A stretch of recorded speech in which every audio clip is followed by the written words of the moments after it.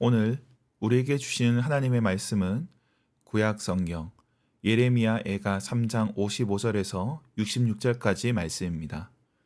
말씀을 봉독하겠습니다. 여호와여, 내가 심히 깊은 구덩이에서 주의 이름을 불렀나이다.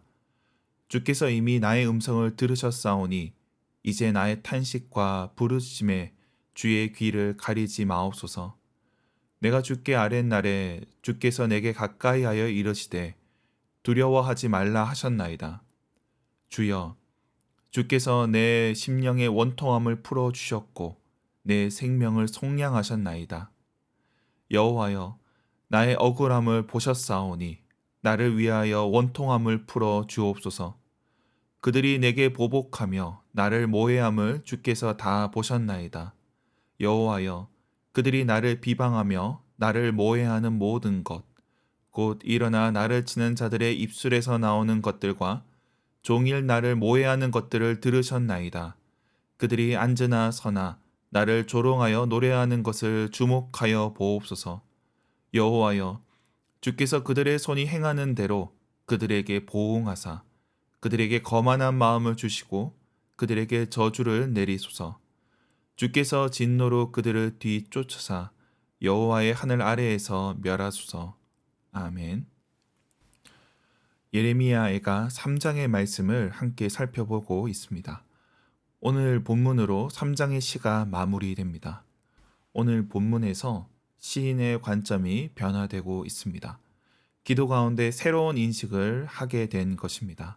그 내용을 살펴보겠습니다. 앞서 시인은 3장이 시작될 때 자신을 괴롭히는 대상을 하나님으로 이해했습니다. 3장 1절부터 여호와의 분노의 매로 고난당한다고 고백합니다. 그때 하나님은 기도를 물리치시는 하나님이셨습니다. 하나님께서는 그의 심령의 평강을 떠나게 하시는 분이었습니다. 그러므로 시인은 18절에 여호와께 대한 소망이 끊어졌다 기록합니다. 그런데 중반부를 지나면서 이러한 시인의 관점이 달라집니다. 처음 기도를 시작할 때 하나님은 그에게 고통을 주시는 분, 그를 외면하시는 분이었는데 중반부 들어서 주님이 고생스럽게 하시지만 그것이 주님의 진심이 아니라고 고백합니다. 지금 당장은 버려진 것처럼 느껴져도 영원히 버려진 것이 아니라고 선언합니다. 하나님에 대한 인식이 바뀌고 있는 겁니다. 그리고 나서 오늘 본문에 이르게 되면 이제 시인을 괴롭히는 이는 하나님이 아닙니다. 52절에 보면 나의 원수들이란 존재가 나옵니다. 이제 원수들로 인해 고통스럽고 억울한 일을 당한다고 고백합니다. 이제 하나님은 기도를 들으시는 분, 원수로부터 그를 구원하시는 분으로 바뀌게 됩니다. 그리고 마지막 65절과 66절에 보면 하나님께서 저들에게 저주를 내리시고 진노하실 것을 간구합니다. 1절에서 여호와의 분노의 매가 나를 향했다면 이제 66절에서는 여호와의 진노가 원수를 향하게 된 것입니다. 이처럼 3장에서 시인은 하나님에 대한 관점이 변화되고 있습니다. 어찌 보면 모순된다 할 수 있습니다. 하나의 시에서 하나님을 다르게 보는 것입니다. 그런데 모순이 아닙니다. 우리가 기도할 때 경험하는 일을 다루고 있습니다. 우리가 기도할 때 우리는 가만히 있고 상황이 바뀌길 원합니다.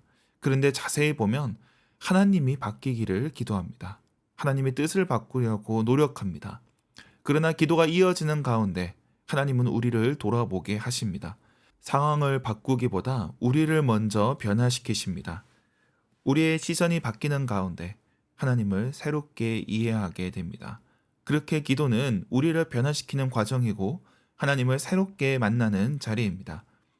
오늘 시인은 기도 중에 변화를 경험합니다. 절망으로 시작했던 기도는 이제 희망으로 바뀌고 있습니다. 물론 그가 처한 어려운 상황은 바뀌지 않았습니다.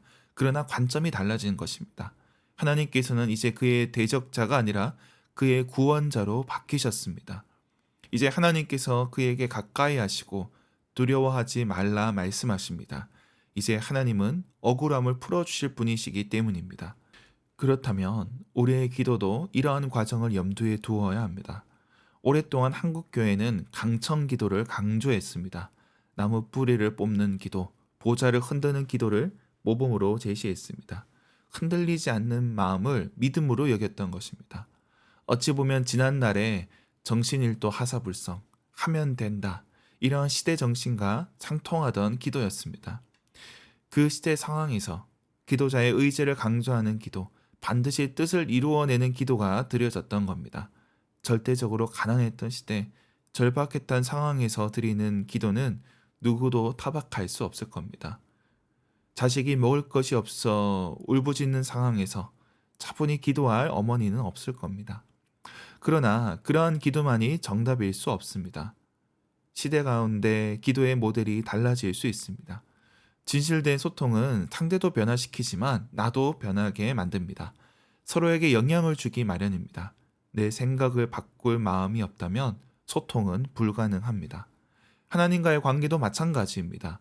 나의 확고한 입장은 믿음으로만 여길 수 없다는 뜻입니다. 때로는 완고함으로 여겨져 하나님의 뜻을 받아들이지 못하는 것일 수도 있습니다.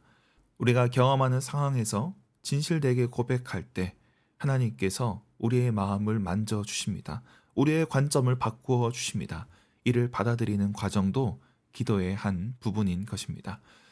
우리 가운데 고난 중에 있는 분도 계실 겁니다. 그러나 기도를 멈추지 말고 계속하시기 바랍니다. 우리의 기도가 반복되는 것 같지만 조금씩 달라지게 될 것입니다. 우리의 마음이 달라지고 우리의 관점이 달라지게 될 것입니다. 무엇보다 하나님을 새롭게 인식하게 될 것입니다. 그러므로 기도를 포기해서는 안 되는 법입니다. 말씀을 맺겠습니다. 오늘 본문의 시인은 은혜를 경험하는 과정을 시에 담고 있습니다. 아직 객관적인 상황은 바뀌지 않았지만 그의 관점이 바뀌었습니다.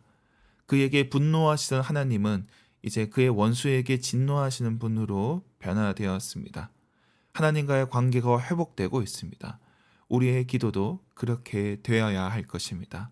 더 깊은 기도 가운데 하나님을 새롭게 인식하고 변화를 받아들이는 저와 여러분이 되길 주님의 이름으로 축원합니다. 기도하겠습니다.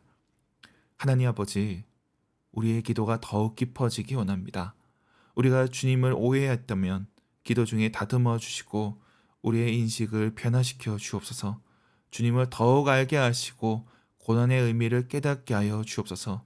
우리의 기도가 이어질수록 주님 안에 거하게 하여 주옵소서. 이 시간 나라를 위해서 기도합니다. 병들어가고 무너져가는 이 나라 가운데 주님 은혜를 베풀어 주옵소서.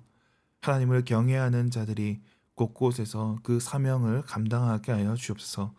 주님의 법과 주님의 정의가 세워지게 하여 주옵시고 정의와 공의가 이 땅 가운데 충만하게 하여 주옵소서. 우리의 사명을 놓고 기도합니다. 캠퍼스 선교 가운데 주님 함께하여 주옵소서. 학부생과 대학원생, 교수와 직원, 그리고 유학생들 주님께서 저들을 기억하여 주시고 저들이 십자가의 사랑을 경험케 하여 주옵소서. 선교센터 그들을 기억하여 주시고 또 상주 수련장 가운데 은혜를 더하여 주옵소서.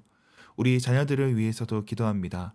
특별히 중고등부 자녀들을 위해 기도합니다. 저들이 학원과 학교를 오갈 때에 독서실에서 공부할 때에 주님 함께하여 주옵소서. 저들의 고단하고 외로운 삶 가운데 함께하여 주옵소서. 특히 고3 수험생들 붙잡아 주시고 마지막까지 흔들리지 않고 최선을 다하게 하여 주옵소서. 저들이 하나님의 지혜로 공부하며 장차 이 나라와 민족, 세계와 열방 가운데 귀하게 쓰임받는 일꾼 되게 하여 주옵소서. 우리 중에 병든 자들을 위해서 기도합니다. 병상에 있는 자들을 긍휼히 여겨 주옵소서. 영과 육의 치료자가 되시는 주님께서 저들에게 은혜를 베풀어 주옵소서. 경제적으로 어려운 성도들을 주님 긍휼히 여겨주시고 저들에게 필요한 것들을 채워 주시옵소서. 태의 열매를 놓고 기도하는 가정들이 있습니다. 주님께서 저들에게 복된 소식을 허락하여 주시옵소서. 우리 청년들을 위해서도 기도합니다. 저들이 경험하는 여러 가지 인생의 문제 가운데 주님 함께하여 주옵시고 주님의 은혜로 이겨내게 하여 주옵소서. 우리의 피택자들을 위해 기도합니다. 장로로 안수집사로 우리 주님의 부르심을 받아 순종하며 결단한 자들에게 주님 은혜를 부어주시고 성령으로 충만케 하여 주옵소서. 오늘도 우리의 가정과 일터에 주님의 복이 내리게 하여 주옵소서. 감사드리며 예수님의 이름으로 기도드립니다. 아멘.